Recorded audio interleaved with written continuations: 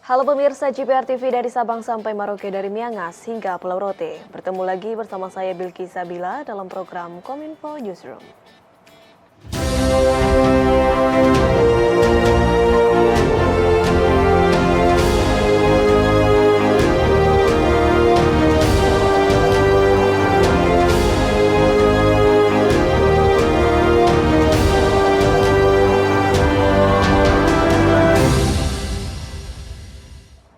Inilah Kominfo Newsroom selengkapnya.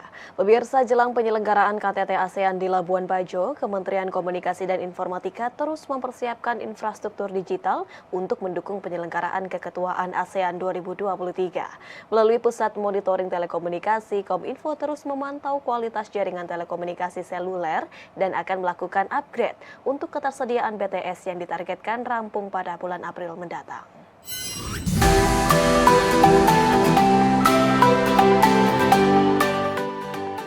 Kementerian Komunikasi dan Informatika terus mempersiapkan infrastruktur digital untuk mendukung sukses penyelenggaraan keketuaan ASEAN 2023. PLT Direktur Jenderal Penyelenggaraan Pos dan Informatika Kementerian Kominfo Ismail menyatakan, terus melakukan pemantauan jaringan telekomunikasi agar tetap berkualitas. Salah satu upaya tersebut adalah dengan memastikan kesiapan infrastruktur jaringan telekomunikasi di wilayah Labuan Bajo, seperti telah tersedianya jaringan fiber optik sepanjang 3.773,73 km dengan sebaran optical distribution point sebanyak 2.055 titik. Selain itu, Ismail juga mengungkapkan pihaknya telah menyediakan 1.635 BTS untuk jaringan 4G dan 3 BTS untuk jaringan 5G di wilayah permukiman warga maupun perhelatan event KTT ASEAN Indonesia 2023.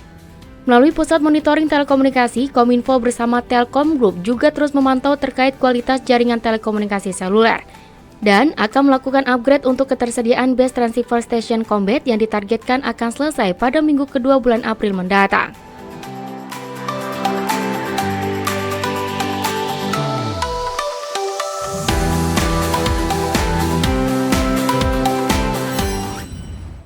Pemirsa, pendaftaran Sekolah Kedinasan tahun 2023 sudah resmi dibuka. Pada tahun ini terdapat 8 instansi yang membuka pendaftaran Sekolah Kedinasan. Terhitung mulai dari tanggal 1 hingga 30 April 2023, para calon pelamar dapat langsung mendaftarkan dirinya secara daring.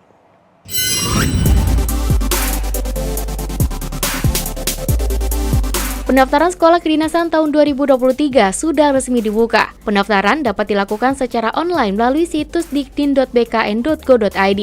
Menteri Pendayagunaan Aparatur Negara dan Reformasi Birokrasi Abdullah Azwar Anas menyampaikan, terhitung dari tanggal 1 hingga 30 April 2023, para calon pelamar bisa langsung mendaftarkan dirinya melalui situs yang tertera. Namun, terkhusus bagi calon pelamar Institut Pemerintahan Dalam Negeri, pendaftaran mulai dibuka dari tanggal 3 hingga 30 April 2023. Pada tahun ini terdapat 8 instansi yang membuka pendaftaran sekolah kedinasan, meliputi Kementerian Hukum dan HAM, Kementerian Keuangan, Kementerian Perhubungan, Kementerian Dalam Negeri, Badan Intelijen Negara, Badan Siber dan Sandi Negara, Badan Pusat Statistik, dan Badan Meteorologi, Klimatologi, dan Geofisika. Menteri Anas juga mengajak para putra-putri terbaik bangsa untuk mendaftar di sekolah kedinasan yang sesuai dengan minat masing-masing dan diharapkan dapat melahirkan aparatur sipil negara yang berintegrasi sekaligus bisa beradaptasi dengan perubahan zaman.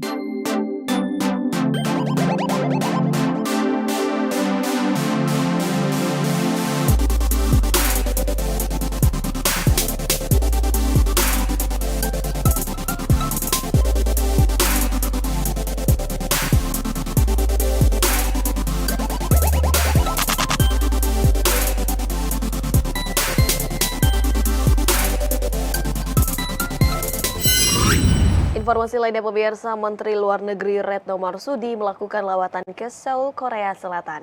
Dalam agenda tersebut, Menlu menegaskan pentingnya optimalisasi pemanfaatan perjanjian kemitraan ekonomi yang komprehensif Indonesia-Korea atau IKCPA untuk memperdalam kerjasama ekonomi di antara kedua negara.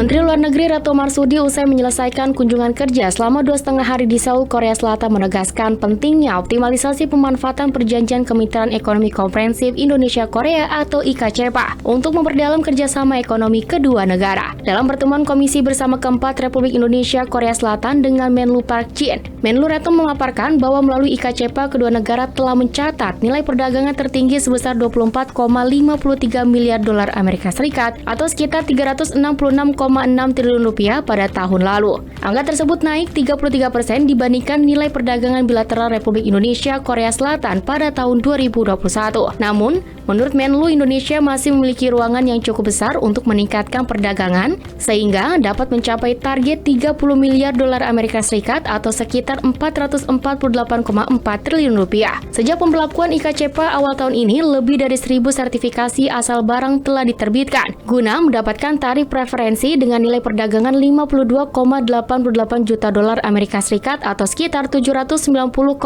miliar rupiah.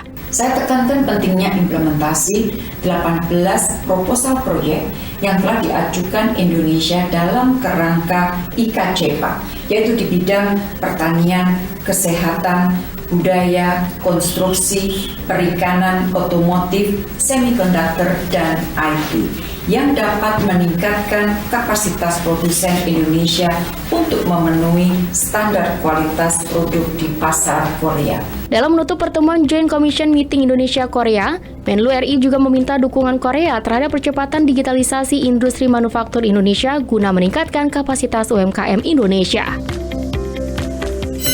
Pos Indonesia berkolaborasi dengan BUMN kembali menggelar program Mudik Bersama tahun 2023.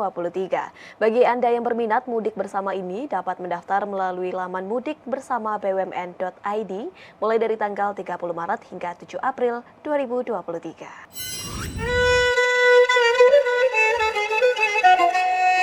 Pos Indonesia berkolaborasi dengan BUMN kembali menggelar program Mudik Bersama tahun 2023 dengan pendaftaran mulai dari tanggal 30 Maret hingga 7 April 2023. Hanya dengan membayar Rp1.444 per orang, masyarakat sudah dapat menikmati fasilitas mudik bersama tersebut.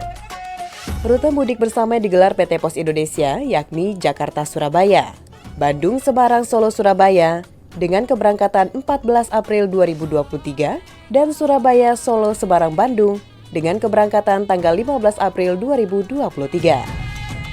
Selain untuk membantu masyarakat dapat mudik dengan aman dan nyaman, mudik bersama ini juga untuk mengurangi risiko kemacetan di jalan raya. PT Pos Indonesia menyediakan 5 unit bus untuk memfasilitasi mudik bersama BUMN. Untuk info lebih lanjut dapat mengunjungi laman mudikbersama.bumn.id atau pendaftaran langsung pada laman daftar.mudikbersama.bumn.id/home/info mudik. Kemudian pilih moda transportasi mudik, lalu pilih Pos Indonesia.